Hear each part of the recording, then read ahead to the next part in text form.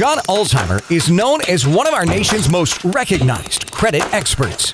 Having worked for 28 years in the credit industry, John has become one of the most prolific speakers about credit and the go-to authority on answers to credit-related questions.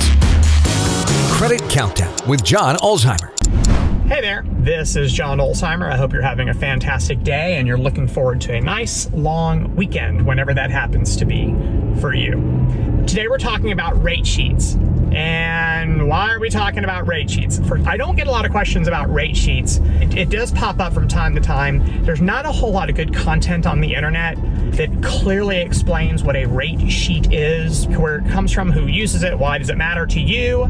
So we're going to make one today. So today we're going to spend a little bit of time putting some quality content on the internet, talking about rate sheets. All right, let me give you an example of what a rate sheet is, and then we're going to talk about how you can kind of play within the structure of a rate sheet to try to get the best deals possible from lenders. When you go to apply for something, right? So let's use, since I'm in my car, or my wife's car actually, let's talk about this from an auto loan context, from an auto loan perspective, since I'm in the car today. When you go and you apply for a car loan, I think a lot of people just consider, what's my credit score? What's my credit score? If I've got a good credit score, I'm going to get a good auto loan. If I've got a lousy credit score, I'm going to get a bad auto loan, or I'm not going to get an auto loan at all. That is absolutely true, right? I mean, that's like auto lending 101. However, in auto lending, there are other things that are considered.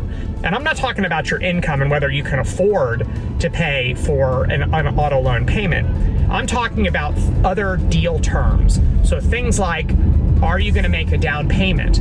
Are you going to trade in? What's the value of your trade-in? Do you have negative equity on a trade-in? Meaning, are you actually getting into more debt by trading in your car and buying something new, which is absolutely common and absolutely could be a problem. In today's world, kind of the post-COVID world where we've got all these supply chain issues, used cars are actually pretty valuable. They're holding their value, especially if they're in good shape.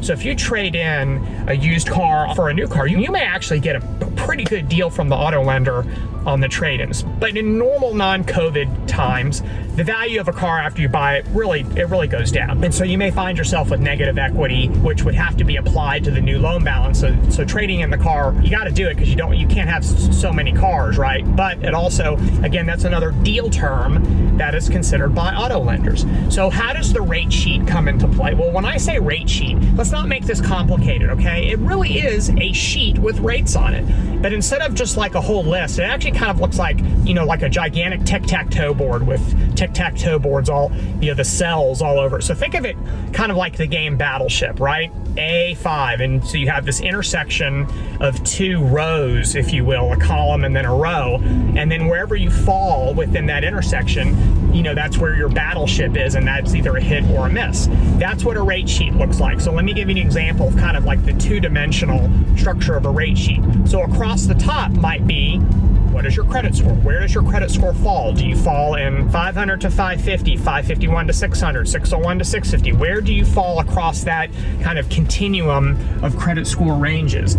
So let's say that you're 750, which is a really good score. So boom, you're in the 750 row. Now you have to go down and it intersects with something, for example, down payment amount. So let's say that you're a 750 and you're going to put down 25%. Well, there is an intersection for those two attributes of your particular deal.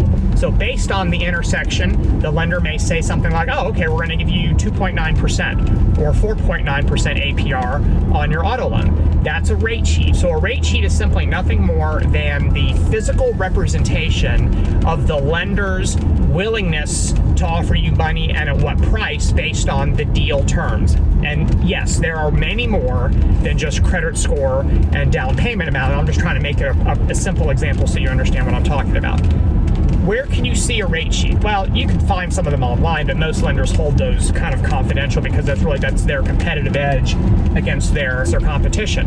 What you absolutely positively do want to do is you want to fall in the best possible quadrant or cell on the rate sheet. And that normally means really high credit score, really good down payment, because that means that the loan to value ratio, or what's called LTV, the loan to value ratio is very, very low, meaning that you're borrowing a very low amount relative to the value of the car. So let's say you're borrowing $10,000 to buy a car that's worth 20. That's 50% loan to value. That's a really good deal for the lender, because if they have to repossess it, they can sell the car, they're going to get all their money back, and so they're in a really, really good position. And so you're likely going to get a better deal if you are able to, come up with really good rate sheet attributes like that.